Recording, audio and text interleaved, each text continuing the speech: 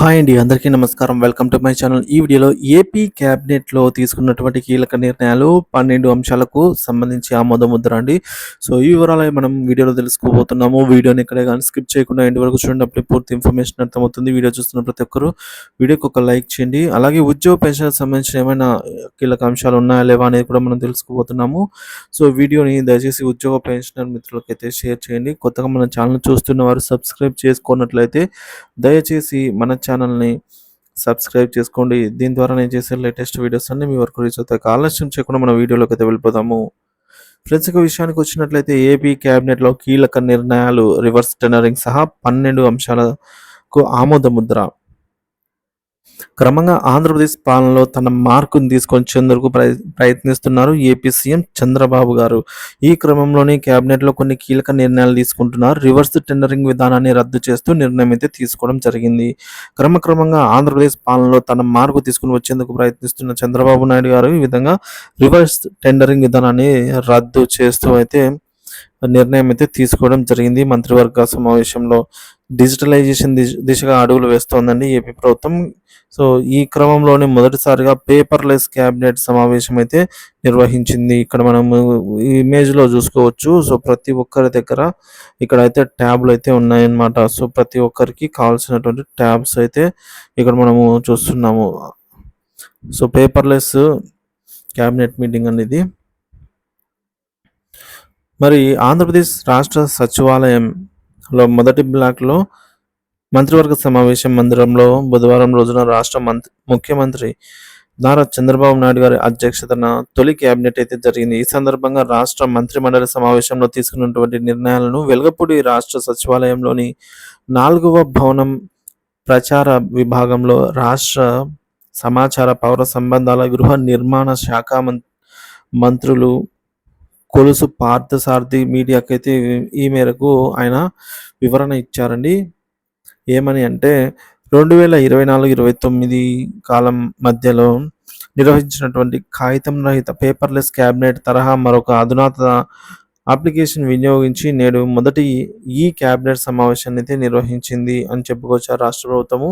ఢిల్లీలోని national informatics centre NIC అధునాతన సాంకేతిక పరిజ్ఞానంతో రూపొందించినటువంటి బహుళ ఫీచర్స్తో కూడినటువంటి సమగ్ర అప్లికేషన్ ఆధారం చేసుకుని రాష్ట్ర ప్రభుత్వం నేడు ఈ క్యాబినెట్ నిర్వహించింది. ఈ క్యాబినెట్ విధానంలో మంత్రివర్గ ఎజెండా, క్యాబినెట్ నోట్స్ ఇలా అన్ని ఆన్లైన్లోనే అందులోనే ఉంటాయి. పేపర్లెస్ కాన్సెప్ట్తో ఈ క్యాబినెట్ నిర్వహణ అంటే కార్యాచరణ సామర్థ్యాన్ని మెరుగుపరుస్తుంది, వాస్తవికతకు అద్దం పడుతుంది. తద్వారా పర్యవేక్షణ సామర్థ్యం పెరగడంతో పాటు పర్యావరణానికి అనుకూలమైన విధానం అయితే ఈ పేపర్లెస్ క్యాబినెట్ని అయితే నిర్వహించడం జరిగింది. ఈ క్యాబినెట్ వల్ల ఉపయోగాలు ఏంటి అనే విషయానికి వచ్చినట్లయితే క్యాబినెట్ నిర్ణయాలను అమలు తీరును మంత్రులు సమర్థవంతంగా పర్యవేక్షించే వీలు కలుగుతుంది. ఎక్కడైనా ఎప్పుడైనా సంబంధిత సమాచారం ఆన్లైన్లో యాక్సెస్ చేసేందుకు అనుకూలంగా ఉంటుంది. సమాచారం గోప్యంగా ఉంచేందుకు వీలవుతుంది. క్యాబినెట్ నిర్ణయాల అమలు స్థితిని ఎప్పటికప్పుడు సమర్థవంతంగా పర్యవేక్షించడం, అంచనా వేసేందుకు అనుకూలంగా ఉంటుంది. సమగ్ర డేటా విశ్లేషణ, రిపోర్టింగ్ సామర్థ్యం, అనధికార యాక్సెస్ను నిరోధించి సమాచారాన్ని భద్రపరిచేందుకు అవకాశం ఉంది. అవసరమైతే వర్చువల్ క్యాబినెట్ సమావేశాన్ని ఈ ఆఫీస్తో అనుసంధానం చేయడం, ఆర్టిఫిషియల్ ఇంటెలిజెన్స్ని ఉపయోగించడం వంటి అధునాతన లక్షణాలను అయితే కలిగి ఉంది. సో, రాష్ట్రంలో జనావాస ప్రాంతాల్లో 14,000 సీసీ కెమెరాలు ఉన్నాయని, అలాగే ప్రైవేట్ యాజమాన్యంలో ప్రైవేట్ స్థలాల్లో మరియు భవనాల దగ్గర సీసీటీవీ అనుసంధానం చేయడం ద్వారా శాంతి భద్రతల పర్యవేక్షణకు ఉపకరిస్తుంది. కనుక దీనిపై ఓ ప్రణాళిక చర్యను చేపట్టాలని కేబినెట్కు ముఖ్యమంత్రి సూచించారు. రియల్ టైమ్ గవర్నెన్స్కు సాంకేతికతను జోడిస్తూ incident monitoring system, alert management system ద్వారా అయితే రాష్ట్రంలో జరిగే ఘటనలు ఎప్పటికప్పుడు ప్రత్యక్షంగా పర్యవేక్షించి చేసి తగు చర్యలు చేపట్టేందుకు వీలుంటుందని అయితే అన్నారు. డ్రోన్ల వినియోగం ద్వారా కూడా రోడ్లపైన గుంతలు గుర్తించడం, అలాగే దోమల నియంత్రణ, అంటువ్యాధి అరికట్టడము, తక్కువ ఖర్చుతోనే వ్యవసాయంలో మందులు పిచికారీ చేసేందుకు దోహదపడుతుందని అన్నారు. ఇక క్యాబినెట్ ఎజెండాలో 12 అంశాలు ఇవే అండి.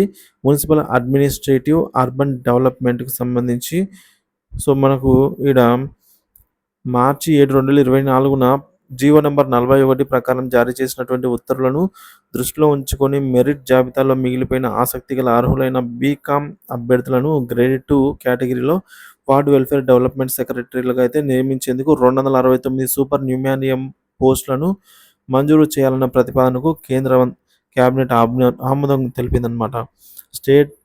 స్టేట్మెంట్లో ఇచ్చినటువంటి వివరాల ప్రకారంగా జిల్లా వారీగా రాష్ట్ర ఖజానాపై అదనపు ఆర్థిక భారం పడకుండా ఈ సిబ్బందిని చేర్చుకునే వరకు కోర్టు ధిక్కార పద్ధతిలోకి రాకుండా ఆర్థిక శాఖ అంగీకారం మేరకు సాంఘిక సంక్షేమ శాఖ సంక్షేమ విద్యా సహాయకుల పోస్టులను ఖాళీగా ఉంచాలని ప్రతిపాదనకు కేబినెట్ ఆమోదం తెలిపింది. సాగునీటి రైతుల సంఘం ఎన్నికల ఆమోదం అండి. Andhra Pradesh smart management of irrigation system act 2018 section 4 ప్రకారంగా సాగునీటి సంఘాల ఈ విధంగా ఎన్నికలు నిర్వహించాలని ప్రతిపాదనకు కేబినెట్ ఆమోదం అయితే తెలిపింది. ఇక రివర్స్ టెండరింగ్ విధానం రద్దు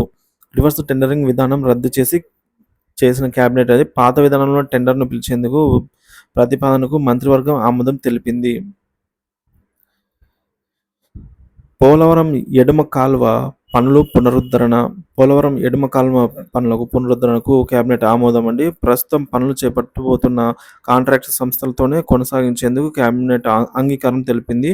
ప్రస్తుతం ఉన్నటువంటి ఏజెన్సీలు తమ అగ్రిమెంట్ల రేట్లు ఒప్పందాల ప్రకారం పనులు కొనసాగిస్తూ 6,000 క్యూసెక్ల సామర్థ్యం ఉన్న పోలవరం ఎడమ కాలువ పనులను పూర్తి చేసేందుకు తయారు చేసిన సమగ్ర ప్రణాళికను మంత్రిమండలి ఆమోదం తెలిపింది. సో 73 ఏళ్ల జీవిత ఖైదు విడుదల ప్రతిపాదన అండి. మనము 2021 ఆగస్టు 16న ఆంధ్రప్రదేశ్ హైకోర్టు ఉత్తర్వుల మేరకు జీవో నెంబర్ 91 హోమ్ డిపార్ట్మెంట్ ఉత్తర్వుల ప్రకారం అనంతపురంలో వ్యవసాయ కాలనీలో జైల్లో జీవిత ఖైదు అనుభవిస్తున్నటువంటి ఖైదీ నెంబర్ 4461 మరియు 4473 73 ఏళ్ల కొండూరు రామచంద్రారెడ్డి ముందస్తు బెయిల్కు ప్రత్యేక రిమిషన్ మంజూరు కోసం అయితే చేసిన ప్రతిపాదనకు మంత్రిమండలి ఆమోదం తెలిపింది. ఇక ఎక్స్చేంజ్ శాఖ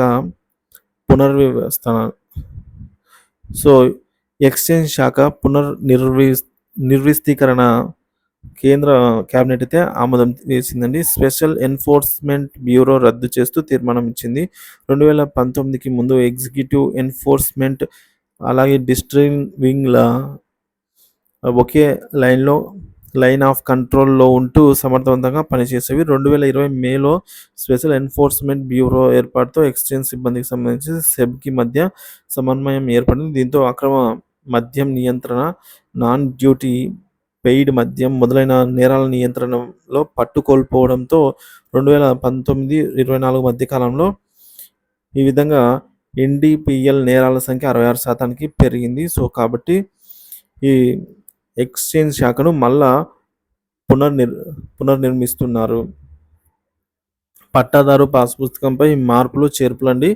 పట్టాదారు పాస్ పుస్తకంపై జగన్ పేరు, బొమ్మలు, రాజకీయ పార్టీల లోగో అలాగే వీటన్నిటి తొలగించేందుకు కేబినెట్ అయితే ఆమోదం తెలిపింది. 21,86,000 పట్టాదారు పాస్ పుస్తకాలపై కొత్తగా రాజముద్రను అయితే ముద్రించింది. సో ఈ విధంగా ఆమోదం అయితే తెలిపిందండి. 77 లక్షల సర్వేరాళ్లపై మాజీ సీఎం బొమ్మను తొలగించి వాటిని వినియోగించుకునేందుకు కేబినెట్ అయితే ఆమోదం తెలిపింది. ఇక కొత్తగా రేషన్ దుకాణాల ఏర్పాట్లు 2,774 రేషన్ దుకాణాలను ఏర్పాటు చేసేందుకు తీర్మానం అయితే తీసుకుంది కేబినెట్. ఇక సాధారణ పరిపాలనా శాఖ వివిధ శాఖల్లో మంత్రుల పేషీల్లో వ్యక్తిగత సిబ్బందిని పిఏల జీతం 18,000 నుంచి 36,000కు అయితే పిఎస్ల జీతం 50,000కు పెంచాలి అని ప్రతిపాదనకు కేబినెట్ అయితే ఆమోదం తెలిపింది. సో ఉద్యోగులకు సంబంధించి ఇది మొదటి శుభవార్త అనేది చెప్పుకోవచ్చు. ఇక సాధారణ పరిపాలనా శాఖ ఉద్యోగాల సృష్టి ప్రతి మంత్రికి 4 చొప్పున మొత్తం 96 పోస్టులను మంజూరు చేయాలని ప్రతిపాదనకు మంత్రివర్గం ఆమోదం తెలిపింది. 3 వారాల్లో సంబంధిత ఖాళీలను భర్తీ చేయాలని అయితే ముఖ్యమంత్రి ఆదేశించారు. ఇక ఇండస్ట్రీ అండ్ కామర్స్ కృష్ణా బస్ Krishnapatnam industry city development limited NICDIT పేరును AP industrial corridor infrastructure development corporation limited ఏపీఐసిఐడిసిఎల్గా అయితే ఓర్వకల్ కొప్పర్తి నాడ్లకు అయితే పేర్లు మార్చాలని నిర్ణయం తీసుకోవడానికి ప్రతిపాదనకు ఆమోదం తెలిపింది క్యాబినెట్. ఇక 12వది ఇసుక పాలసీ విధానం అండి. ఇసుక పాలసీని పునరుద్ధరించి క్యాబినెట్ నిర్ణయం అయితే తీసుకోవడం జరిగింది. సులభతర సమర్థవంతమైన విధానానికి చేసిన ప్రతిపాదనను క్యాబినెట్ అయితే ఆమోదం చేసింది. వికసిత్ ఆంధ్ర 2049 విజన్ డాక్యుమెంట్ రూపకల్పన ప్రతి ఒక్కరూ భాగస్వాములను చేరాలని, వారి సలహాలు, సూచనలు ప్రతిబింబించే విధంగా ప్రతి వర్గం అభివృద్ధి చెందేలా విజన్ డాక్యుమెంట్ రూపకల్పన చేయాలని క్యాబినెట్‌కు ముఖ్యమంత్రి సూచించారు. దీనికోసం గ్రామ సభలు నిర్వహించి ప్రజల ఆకాంక్షలు, అవసరాలు, ఆలోచనలు తెలుసుకోవడానికి ముఖ్యమంత్రి క్యాబినెట్ అయితే ఆదేశించినట్టు మంత్రి పార్థసారథి అయితే ఈ మేరకు వెల్లడించారు.